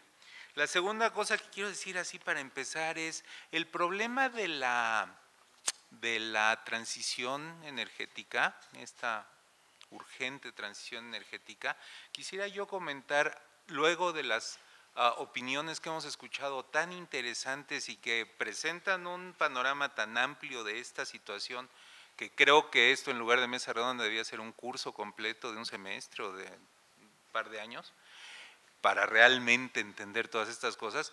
Tiene una característica interesante esta transición. Yo creo, lo dice mucha gente, que es una de las primeras situaciones de la modernidad donde el problema es un problema global, no un problema tan nacional como tantos otros han sido en la historia de la humanidad. Este quizás sea el primer ejemplo de uno que, sí, desde luego, nos tenemos que encargar país por país, etcétera, etcétera, pero solo va a tener efecto, solo va a funcionar si lo hacemos globalmente, si lo hacemos mundialmente. De otra manera no funciona y lo estamos viviendo ahorita con el desastre de nuestro vecino país del norte. Bueno, esa es una cosa. Otra cosa antes de empezar ya con detalles es que me gustaría recordarles a los químicos técnicos de aquí la diferencia entre propiedades intensivas y propiedades extensivas, ¿no? Hemos estado mencionando algunos de los aspectos energéticos como propiedades intensivas. En efecto, ha habido reducción en unas propiedades intensivas, cuánta energía consumimos por persona. Pero la propiedad extensiva que nos interesa para efectos del problema general es extensiva y es cuánta energía consumimos en total. Entonces, pues ahí van algunas cosas, ¿no? Él dice, energías renovables, el futuro inmediato. El consumo de energía por parte de la humanidad, el extensivo, crece cada minuto y lleva miles de años de hacerlo así. Pero en los últimos decenios, este crecimiento se ha acelerado fuera de las proporciones previas. En millones de toneladas de equivalentes de petróleo, así se mide, millones de toneladas de equivalentes de petróleo, el consumo de energía mundial en 2015 fue de 13.147. Imagínense, 13.147 millones de toneladas. El año anterior, un año antes, en 2015, habían sido consumidas 13.020. De 13.020 a 13.147, aumentaron 126.7 millones en un año, algo así como el 1%, por ahí del 1%. Pero también ese año, a pesar de que aumentó ese 1%, 120 millones, 126 millones, también fue el mejor año en la historia de la humanidad en el crecimiento de las fuentes de energía renovables. Mientras que en 2014 se habían consumido 316.6 millones de toneladas de equivalente de petróleo provenientes de energías renovables, 316, en 2015 se consumieron 365, o sea, 48 millones de toneladas más, de las 126.8 que se usaron de más en ese año. Aumentó en 126 y solo 48, a pesar de que era el mejor año. Eso quiere decir que de todas maneras aumentaron las 62 millones de combustibles fósiles. Pero bueno, nos fue bien. Yay. Para 62 millones, pero 62 millones, los que estábamos contando, vinieron de quemar combustibles fósiles. Es decir, a pesar de que el empleo de energías renovables creció como nunca, el empleo de combustibles fósiles creció como siempre y le ganó al otro. Cada vez quemamos más cosas y su combustión produce gases de efecto invernadero, más en 2015 que en 2014, cerca del 86% de la energía viene de quemar combustibles. Ahora ese es ¿no? Los gases de efecto invernadero tienen efectos cada vez más visibles, ya se mencionó. Temperaturas promedio de la atmósfera, modificación de los ciclos climáticos, llueve en otras cantidades, en otros momentos, el nivel del mar aumenta, etcétera. En un acuerdo científico, práctico y político, nos pusimos de acuerdo los seres humanos en definir como límite para el aumento de la temperatura media mundial 2 grados centígrados. Ese fue el acuerdo. No sabemos bien a bien, no estamos seguros si sirve, si 2 grados es mucho, poquito, si es no sabemos, pero fue el acuerdo. Creemos que es políticamente posible, no que nos salve de nada, pero políticamente creemos que es posible, esa es la razón por la que lo tomamos. Para cumplir ese límite, los 2 grados centígrados, tenemos que reducir la generación de gases de efecto invernadero drásticamente ya. Para reducirlo, tenemos que disminuir la combustión de combustibles fósiles. Una de dos, o disminuimos el consumo de energía mundial, no se ve cómo sin disminuir los estándares de vida, o aumentamos radicalmente el consumo de energías renovables. Radicalmente, no como se ha hecho hasta ahora, de otra manera radicalmente distinta, de una manera disruptiva. El ejemplo del boom del empleo de autos híbridos o eléctricos viene a cuento.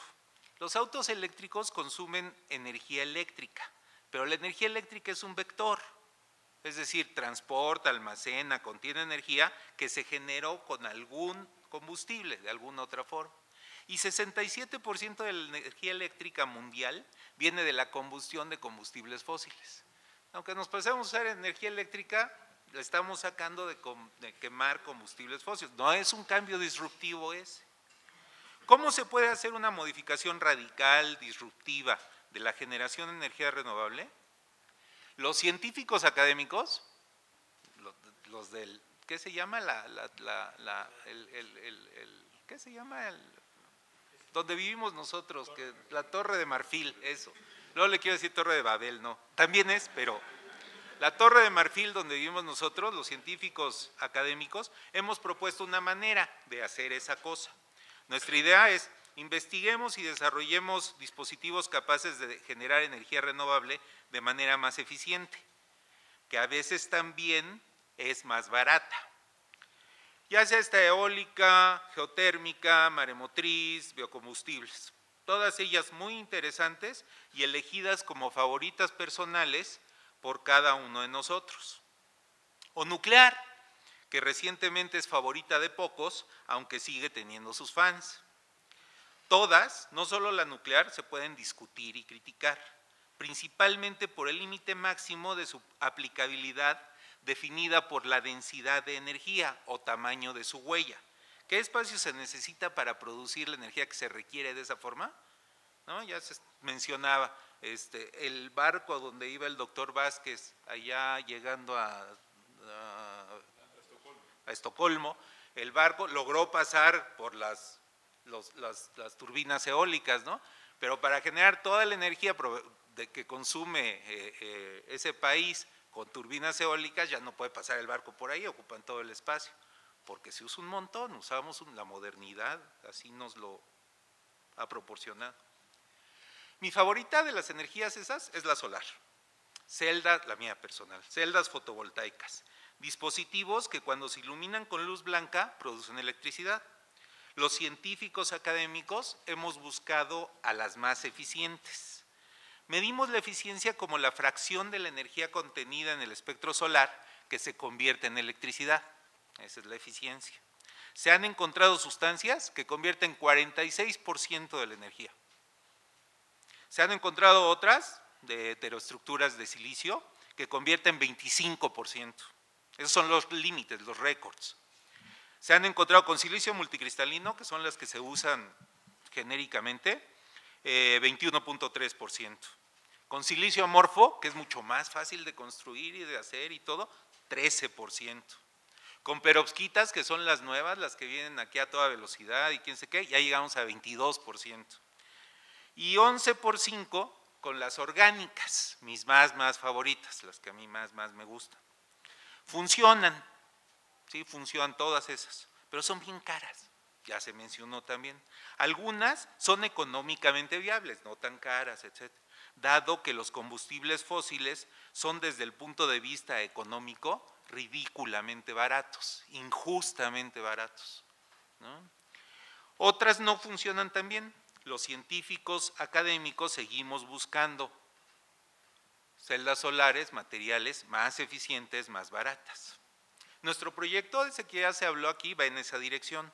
Estudiamos computacionalmente millones de compuestos orgánicos prometedores. Jerarquizamos los resultados, cuáles sean más buenas y cuáles menos. Convencimos un equipo de orgánicos sintéticos de que sintetizaran las más prometedoras. Entre las sintetizables, porque los teóricos somos tan teóricos, que unas eran dificilísimas de sintetizar en el laboratorio real de a de veras. Convencimos a los que financian la ciencia, óigase CNER, CONACYT, de que nos financiaran. Esperamos unos años, nos financiaron, estamos trabajando. Ojalá CNER, CONACYT también estén dispuestos a esperarnos unos años, no, eso ya veremos. Quizá encontremos unas celdas más eficientes. ¿Resolverá eso el problema mundial? ¿Nos ayudará eso en esta transición? Honestamente, no estoy tan seguro. Pero nos emocionamos. Los jefes de Estado de las 23 economías más importantes del mundo decidieron proponer algo. Ellos le dicen, decidieron hacer algo. Dicen, vamos a hacer algo para resolver el problema mundial. Se llama Mission Innovation. Sus países se comprometieron a duplicar la inversión actual en la investigación y desarrollo dedicado a la generación de energías renovables en 5 años. Duplicar lo que se invierte en eso en 5 años. Le encargaron a su gente que propusiera en qué invertir ese nuevo dinero, proyectos en qué invertir ese nuevo dinero. Su gente buscó a los científicos, académicos, funcionarios, para que propusieran ideas. Fuimos convocados por los encargados en México. Propusimos, quizá lógicamente, una extensión en bestia de la que habíamos intentado, o sea, explorar masivamente el espacio químico, los millones de millones de millones de millones de moléculas que se pueden sintetizar, para encontrar en esa geografía los garbanzos de a libra. Esos diamantes orgánicos que absorben 20% de la energía solar en una celda fotovoltaica orgánica, esa perovskita con eficiencia de 30%, o esa a la que no destruye la humedad, cosa que les pasa a las que ya conocemos y que absorben ya 22%, como decíamos. Ese pigmento de metal de transición coordinado que vuelva aplicables las celdas de Grätzel. El proyecto, atinarle a la luna, o moonshot, le decimos a ese proyecto, así como vamos a darle, incluye químicos computacionales, sintéticos que quieran robotizar las reacciones orgánicas, matemáticos que ayuden a correlacionar estadísticamente lo que el modelo predice con lo que la necia realidad proporciona. Un moonshot, un proyecto Manhattan, ese es el proyecto S.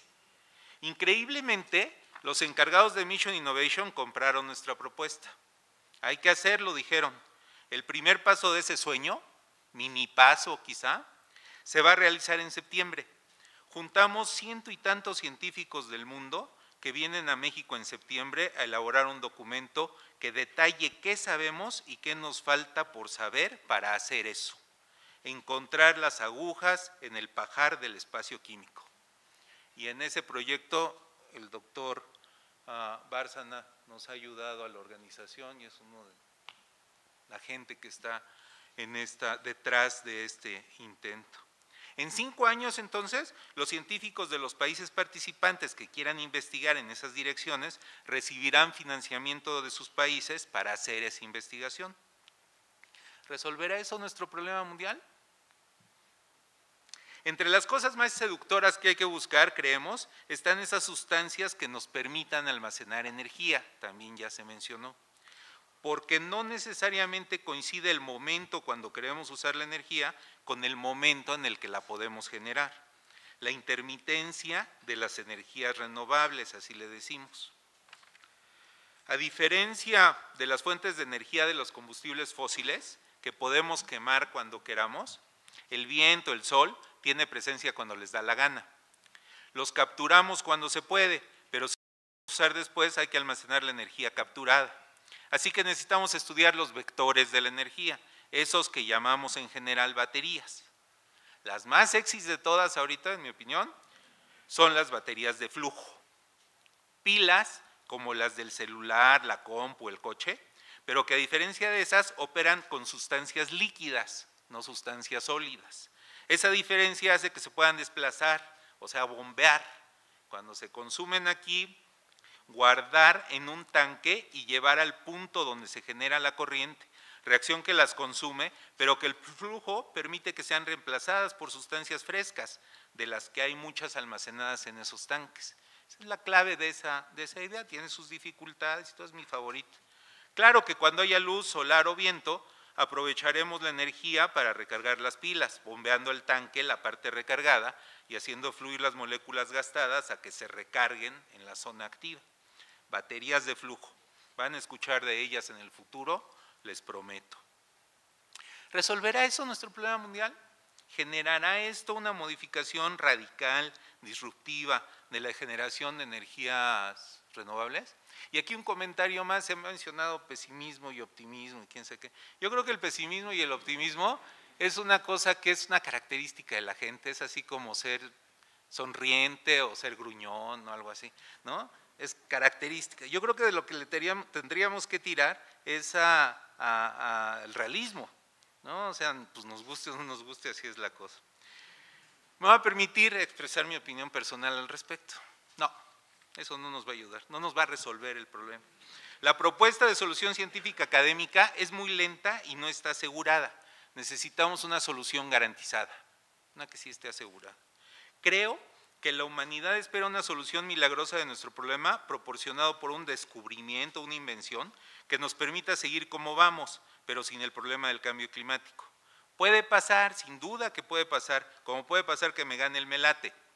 ¿Estoy dispuesto a depender de ese evento para pagar la mensualidad de la tarjeta de crédito? No. ¿Podemos seguir viviendo como hasta ahora sin producir tantos gases de efecto invernadero? Hay que usar fuentes de energía renovables, las existentes, no las probables que se descubrirán en el futuro. ¿Que las que hay ahora cuestan mucho y quemar combustibles fósiles es todavía más barato? Quizá haya que pagar más por vivir como ahora para poder seguir viviendo. ¿Que eso va a hacer que nos limitemos y tengamos que prohibir ciertos usos? Los coches de 3 toneladas para una persona, el uso irrestricto de energía, los viajes aéreos ilimitados, la energía eléctrica 24/7, mangos todo el año, 20 marcas de cerveza, fría, siempre en el súper, etcétera. Quizá, igual y sí. Y creo que tenemos que pagar ese precio si queremos evitar el desastre de un cambio climático que supere los 2 grados centígrados, que ya dijimos que es un límite cuestionable. ¿Quiénes pueden hacer eso? ¿Los científicos? ¿La sociedad civil? ¿Los políticos? ¿Quién? Yo estoy de acuerdo, esa es una decisión política, una decisión que tenemos que lograr políticamente y en una buena costumbre política con inclusión de la sociedad civil, desde luego. Mientras los científicos seguimos trabajando y hacemos nuestro trabajo y ojalá y nos salga bien. Muchas gracias, disculpen.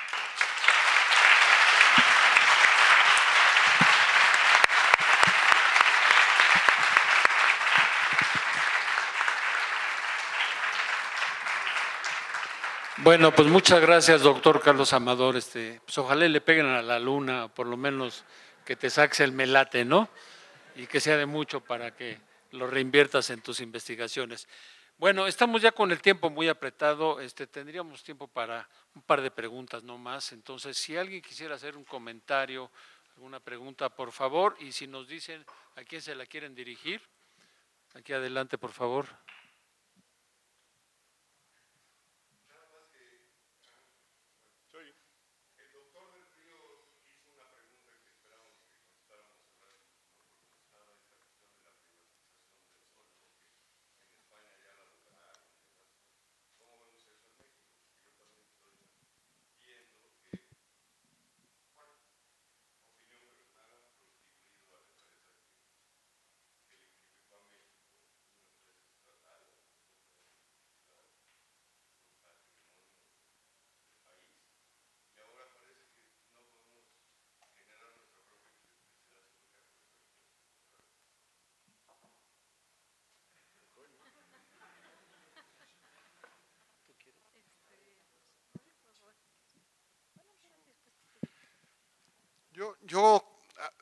Yo voy a dar una opinión muy breve. Hace unos meses, se dio un gran debate en el que participó una parte muy importante de políticos, de científicos, de especialistas, de investigadores, y se trató el tema de la reforma energética, de la gran reforma energética, decían unos, y otros de la pequeña reforma energética que no iba a resolver los grandes problemas del país.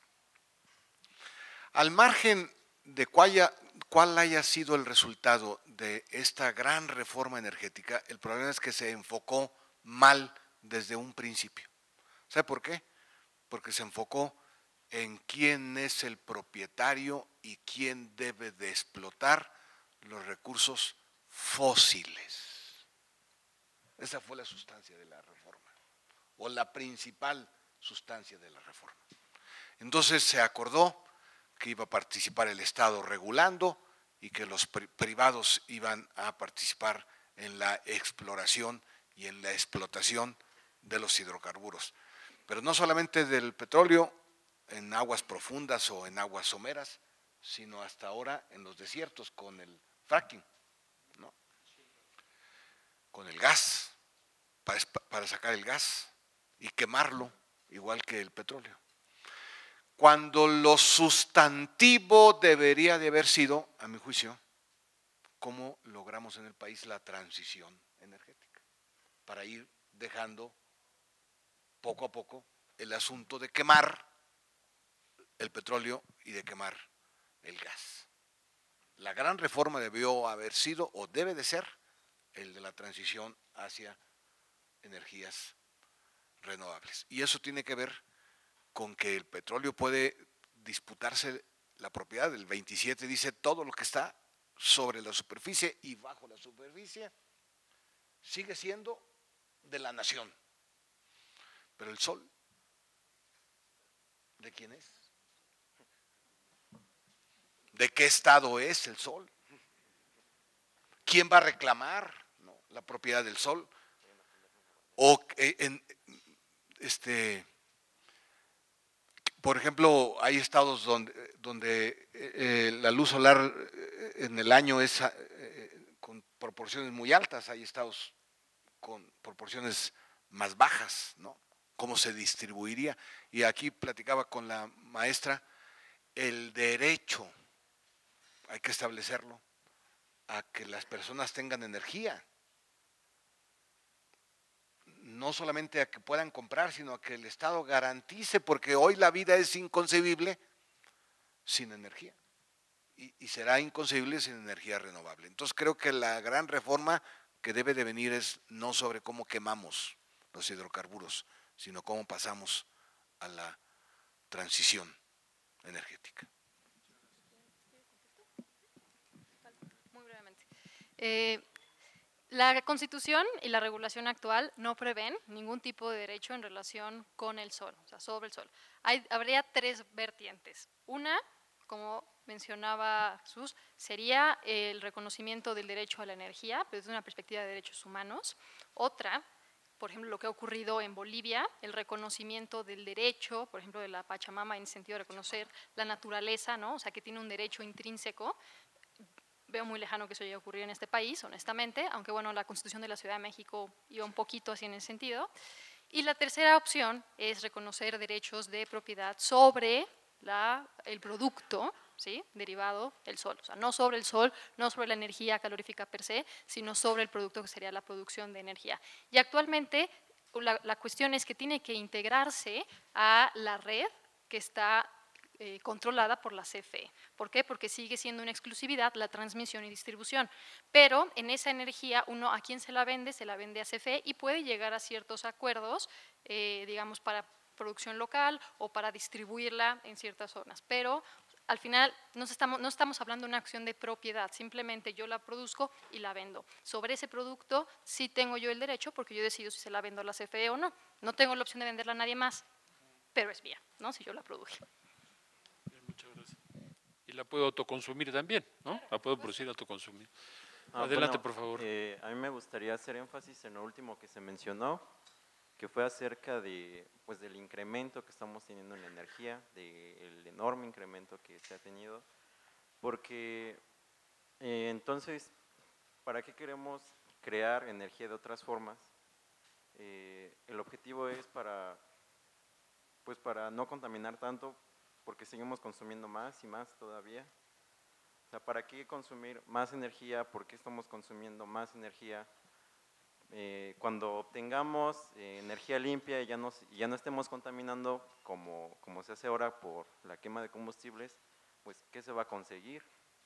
que ahora pues la gente va a seguir consumiendo más energía porque ya va a sentirse pues más amigable con el ambiente o qué se va a lograr con eso, se va a seguir consumiendo más energía y luego que nos vamos a crear otro sol, vamos a ver cómo aprovecharlo de, no sé, de alguna galaxia lejana o cómo, hacia dónde vamos a ir con tanta producción de energía y con tanto consumo que, pues no sé si estarán de acuerdo conmigo, con tanto consumo que a veces es innecesario, ¿no? Bueno, solo… A ver, me gustaría responderte. Yo creo que tú tienes necesidades satisfechas, nosotros tenemos necesidades satisfechas, pero la mayor parte de la población mexicana no la tiene. Entonces necesitamos energía para que ellos también tengan un bienestar social. O sea, no es nada más vamos a producir energía por producir energía, es que hay una proporción grande, al menos de la población mexicana, que no tiene sus necesidades satisfechas. Hay otra proporción extremadamente pequeña que tiene despilfarro. Sí se podría racionalizar el asunto, pero desde mi punto de vista tenemos que producir la energía para que tenga la gente bienestar social. ¿Cómo se define? Ese es otro problema. Pero no podemos pedirle a esas personas que no tienen bienestar social que bajen su nivel de consumo energético. Es absurdo. Entonces hay que empezar a ver cómo se produce esto de la distribución energética, el acceso a la energía de todos. Muy bien, bueno, son las 2 en punto, somos aquí, tratamos de siempre ser muy puntuales, entonces dijimos 2 preguntas, ya fueron las 2 preguntas, todos aquellos que quisieran después comentar o platicar algo en corto con alguno de los aquí presentes, bienvenidos si es que tienen la disponibilidad de tiempo.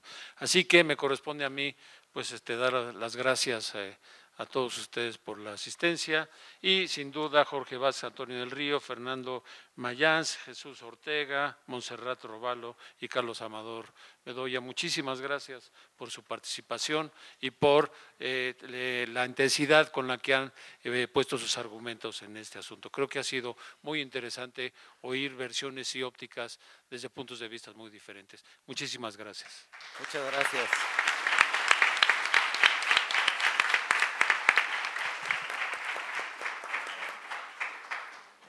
Por último, antes de despedir a nuestros panelistas, le pediríamos al doctor Jorge Vázquez nos haga el honor de entregar los reconocimientos por su participación a nuestros destacados invitados.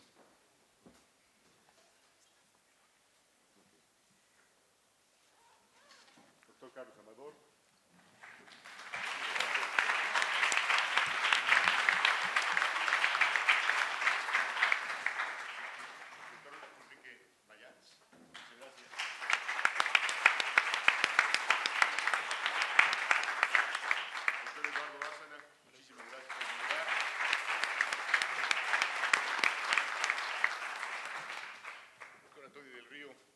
Gracias por estar con nosotros.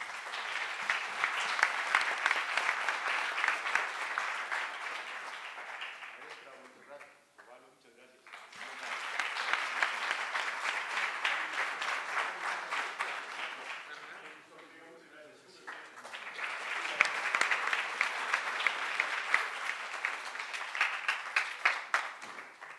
Bueno, y me corresponde al doctor Jorge Vázquez por su participación. Aquí está.